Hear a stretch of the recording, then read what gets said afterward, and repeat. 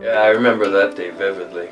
They put me in handcuffs and, shackles and just sat down at the end of one of the benches on the floor. And there was this big, guy looked like a gangster. He saw how,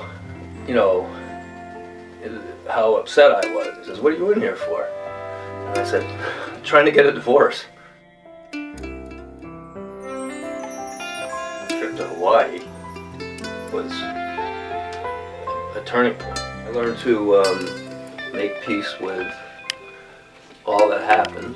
I learned it was a journey of self-discovery for me. And it brought me to the place where I could put all that into a real perspective. Not let it affect me in negative ways anymore. And it allowed me to find true happiness and to learn to love myself.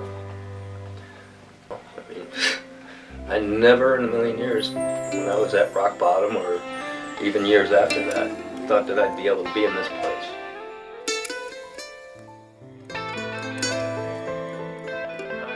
I was going through my own form of alienation at the time. It was a divorce. You just don't think you're ever going to get through it.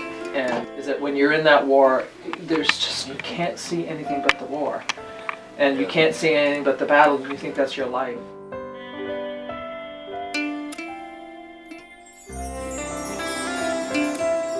I first went to Hawaii on that trip and stood on Lava Rock for the first time. I just felt like it was like an umbilical cord right to the center of Mother Earth.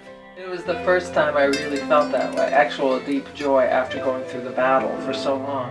When I went back, I felt a peace inside of me that I could get through, because it was not over. I was still, in the battle. For both of us. Yeah, maybe a fictitious story, but it's really based on your story, my story, and our friend Joellen. We do need to raise awareness because it's so prevalent, but the focus needs to not be he said, she said, in the war and all of that. It's healing our relationship with the planet, it's healing our relationship with each other, and healing our relationship with ourselves. All the documentaries in the world, bless them, they're really important, but we gotta feel that connection to Mother Earth again. When you feel that connection with nature, you do feel cradled and safe. And the whole thing about alienation is to not feel safe. We have to listen to the earth. She's changing right now, and she's doing a big ho'oponopono herself, cleaning. She'll do it with or without our help, too. So we have to listen to what she's telling us about where it is to be safe and how to be safe. And if we're not listening, we're distracted and disconnected. And so that is the biggest message of the movie, is that Mother Earth will be fine. We're the ones that we're saving. That's right. This planet can take care of itself, it can heal itself, and it will do so when it needs to. And it's going to do so with or without our help, and we're going to either be victims of that or we're going to be proponents that help it all. To know that you do get a second chance. That's very important. I mean, that was what happened to me. And like I said, when you're in it, you just don't see it. And that's what seems it's like this huge mountain you have to climb. It seems so insurmountable.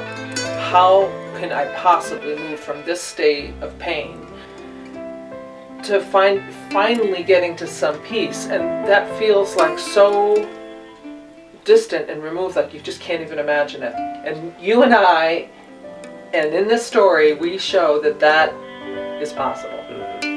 And, to me, that's the power of story. That's the healing power of story, that you can show that and make someone experience that. Even for that little bit, when they're watching the movie, they'll experience that.